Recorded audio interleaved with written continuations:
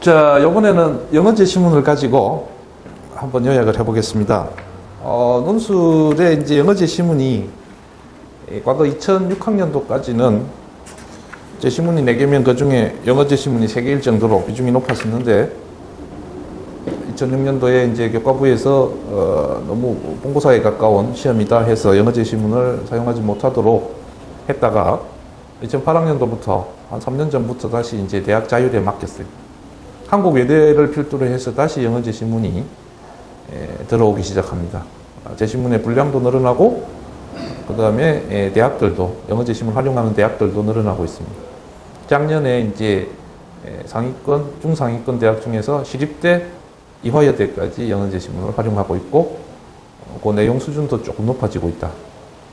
그러니까 이제 외국어 영역의 1등급을 맞기 위해서도 그렇고 수능에서 그 다음에 또 수시 논술에서 좋은 답안을 작성하기 위해서 영어 공부는 조금 더 적극적으로 심도 있게 해야 되겠다는 말씀 드리고요. 영어 제시문 가지고 이제 요약 연습하는 장점은 아무래도 영어 번역을 하다 보면 제시문을 더 꼼꼼히 봐야 되니까 그래 문장 간 의미 관계나 이런 것들을 많이 생각할 수 있기에 도움이 되어서 여기까지 해보겠습니다. 지금 이 강좌를 수강하고 계신 분들은 미리 영어 단어까지 찾으면서 미리 예습을 충분히 하시고 지금 이 동영상을 보고 계신 거로 알고 바로 들어가겠습니다. 지금 이 지문은 한 단락으로 되어 있습니다. 실제로 이건 이제 한 2004년도 정도 되나요? 고려대 논술 문제로 나왔던 지문 중에 하나입니다. 한 단락으로 되어 있지만 내용적으로 두 부분으로 이렇게 자를 수가 있겠습니다. 앞부분은 미국의 이제 버클리 대학을 예로 들면서 버클리 대학은 신입생을 선발할 때 물론 대학이니까 성적이 우수한 학생들을 뽑으려고 할 겁니다. 그래서 성적 기준으로 뽑는 전형이 많습니다. 그런데 여기서는 이 성적 기준 선발 외에 다양한 기준, 전형 요소라는 말은 선발을 할 때 이제 합격이냐 불합격이냐를 결정할 때 그 기준이 뭐냐라는 뜻입니다. 다양한 기준을 가지고 신입생을 선발합니다. 예를 들면 성적뿐만이 아니고 봉사활동 많이 한 학생이라든지 아니면 국영수는 못해도 컴퓨터라든지 이런 예술적 재능이 뛰어나다든지 이런 학생도 일부 뽑고요. 그 다음에 우리나라 이제 서울대에서 지금 시행하고 있는 지역인재, 흔히 지균이라고 그러죠. 지역인재 균형 선발 제도. 아무래도 이제 대도시나 수도권에 비해서 지방 학생들이 좀 교육의 기회가 적고 잠재 능력이 있음에도 불구하고 실질적으로 자기 역량을 다 개발시키기에는 여건이 안 좋은 학생들이 많이 있는데 그 학생들을 서울대가 선발해서 인재로 육성하겠다. 그런 취지에서 사회통합 차원에서 시행하고 있는 제도입니다. 자, 근데 문제는 이러한 성적 기준이 아닌 다른 이러저러한 전형 기준을 가지고 신입생들을 선발하는 것에 대해서 미국의 일부 학부모들은 대단히 불만이다. 당연히 이제 성적이 좋은 학생들이겠죠. 예를 들면 이제 버클리대에서 유색인종 할당제, 예를 들면 미국 내에 이제 소수 집단인 유색인종들도 아주 좋은 대학에 들어가서 사회적 지위를 상승시킬 수 있는 그런 기회를 주겠다는 뜻으로 매 신입생이 매년 들어올 때 30%는 유색인종이어야 한다는 조건을 걸어버리게 되면 그걸 이제 흔히 이제 영어로 이제 어퍼머티브 액션이라 그러고 소수계 우대 정책, 대학이니까 소수계 우대 입학 프로그램이 되겠죠.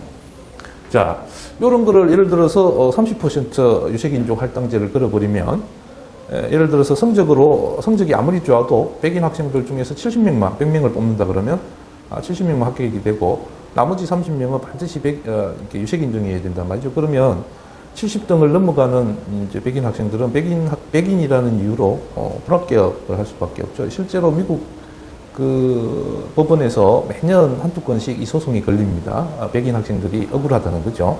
소위 그걸 이제 역차별이라고 하죠. 잘 아시죠? 그러니까 어떤 사회적으로 너무 차별이 심하니까 그것을 개선하기 위해서 어떤 정책을 폈는데 그것으로 인해서 또 다른 차별을 받게 되는 역차별이라고 합니다. 자, 이제 일부 학부모들은 당연히 공부를 잘하는 미국의 상류층 이 학부모들이 되겠습니다. 예를 들면 뭐 백인이라든지 아니면 이민간 아시아계인데 미국의 상류층에 이미 진입해서 자녀 교육에 엄청난 시간과 열정을 투자를 하는, 그래서 그 자녀들이 맹문사립 고등학교를 졸업하고 성적이 아주 우수한 그런 자녀들을 가지고 있는 부모들이겠죠. 자, 그러한 여기 이제 앞부분에서는 전체적으로 보면 요게 이제 주요 정보고 요거는 이제 부수적인 정보가 되겠습니다. 분량이 허한다면 여러분들이 요 부수 정보도 놓치지 말고 잘 기억을 해 두셔야 됩니다. 두 번째 부분은 이런 다양한 선발 방식 또는 다양한 전형 기준 중에서 소수계 우대 입학 프로그램, 아까 말씀드렸습니다. 예를 들어서 뭐 성적에 봉사활동을 많이 한 학생이라든지 성적은 좀 떨어지지만 아니면 뭐 요리를 잘한다든지 이런 전형 말고요. 그야말로 미국이라는 사회에서 좀 약자에 속하는 유색 인종이라든지 또 뭐 예를 들어서 여학생 할당제도 할 수 있어요.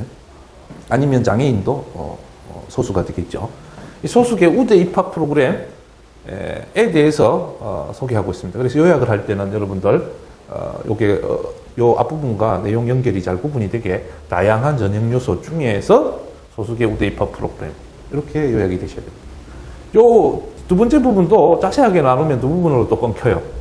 두 번째 부분의 첫 번째 부분은 이 소수계 우대 입학 프로그램을 버클리 대학이 또는 미국의 대학들이 도입하게 된 취지가 뭐냐, 이걸 소개합니다.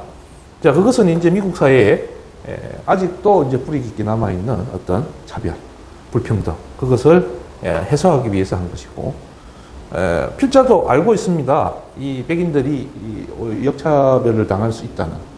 그래서 필자는 이게 영원히 이제 지속돼야 될 제도는 아니다라고 인정을 하고요. 즉, 역차별적인 요소가 있다는 걸 인정을 하는 거죠. 그 다음에, 템포러리 메저라고 하고 있죠. 그러니까 한시적이지만 여전히 아직은 미국 사회의 차별이 문제가 될 정도로 심하기 때문에 폐지해서는 안 될 제도이다라고 이 제도에 대해서 나름대로 자기의 평가를 내리고 있는 구도로 되어 있습니다. 그래서 지금 이거는 이제 고려대에서 나왔을 때 110자에서 140자 정도로 요약하라 이렇게 했습니다. 우리말 한 문장에 띄어쓰기 포함해서 한 문장이 50자에서 60자, 짧게 쓰면 뭐 4, 50자, 길게 쓰면 5, 60자 될 거예요. 그러면 이 지문을 110자에서 140자로 요약하라는 이야기는 두 문장이나 세 문장 정도 이렇게 요약하라는 뜻입니다. 지금 이 내용을 고려해서 쌤이 한 150자 정도에서 한번 요약을 해봤습니다. 자, 거기 보시면 답안이 있을 텐데요. 아까 읽어보신 분도 계실 테고, 요거는 제가 확인을 잠깐 해드릴게요. 제가 요약한 겁니다. 요약의 원칙을 고려해서 한번 적어봤습니다. 같이 한번 읽어보시죠. 미국의 버클리 대학은 일부 학부모들의 문제 제기에도 불구하고, 이런 첫 부분에 부수적인 정보지만 분량이 허한다면 넣어주는 게 좋습니다. 신입생 선발 시 성적 외에 다양한 입학 전형 요소를 활용하고 있다. 이게 전반부 내용을 요약합니다. 아까 말씀드렸듯이 뒷부분과 연결을 자연스럽게 하기 위해서 그 중에서 이렇게 연결어를 설정을 하고 내용적으로 연결시켜주고, 소수계 우대 입학 프로그램은 사회공적기관으로서의 대학이, 사회공적기관이라는 것은 이제 기업이 뭐 돈 벌기 위한 목적으로 운영되는 건 아닙니다. 근데 또 우리나라 대학 보면 그렇지 않은 측면도, 그런 모습도 보이지만 원래적인 의미에서 인재를 양성해서 사회에 공급하는 그런 역할을 하기 때문에 정부에서 지원을 해주는 거죠. 사회공적기관으로서의 대학이 미국 사회에 여전히 심각한 문제가 되고 있는 소수계에 대한 차별을 완화하기 위한 것으로서 소수계에 대한 차별이 여전한 현실에서 존속시켜야 할 제도이다라고 요약을 한다면, 이 글을 쓰기 전에 이 글을 쓴 필자가 머릿속에 그리고 있는 이 설계도, 개요표는 정확하게 파악했다, 이런 평가를 받을 수 있는 답안이고, 그 다음에 쌤이 예시로 작성한 겁니다만은 여기서 여러분들이 아마 지문에 보면, 원문에 보면 Some white Americans and Asian Americans 이렇게 나올 거예요. 그거를 요약을 하실 때 일부 미국인들은 이렇게 번역을 하시면 안 되겠죠. 왜냐하면 문맥을 보면 아마 이제 교육 문제와 관련된 것이고, 그 다음에 문맥 속에서, their children, 자기 자녀들 문제, 자식들과 관련된 미국인들이니까 우리말답게 번역하고 요약을 한다면 학부모라고 번역이 돼야 될 것이다. 그게 이제, 요렇게 요약을 하면은 영어제 신문을 요약하라고 했을 때, 이 친구는 나름대로 이 내용을 정확히 이해하고 있고, 표현력도 탁월하구나. 이런 평가까지 받을 수 있다.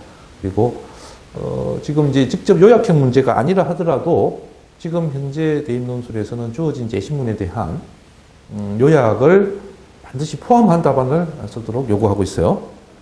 그렇기 때문에 여러분들이 이러한 핵심을 내용의 어떤 겉으로 드러난 내용이 아닌 필자가 그리고 있는 머릿속 그림을 탁 포착해서 자기 언어로 과감하게 표현해낼 수 있는 그런 과감함, 그리고 그 과감한 실천을 하기 위해서는 평소에 다양한 글들을 정확하게 독해하는 훈련을 많이 하셔야 되겠다. 이런 말씀 드리고, 이제 글의 종류에 따라서 또 요약하는 방식을 어떻게 또 다르게 할 것인지, 그거는 또 두 예제를 보면서 한번 다뤄보도록 하겠습니다.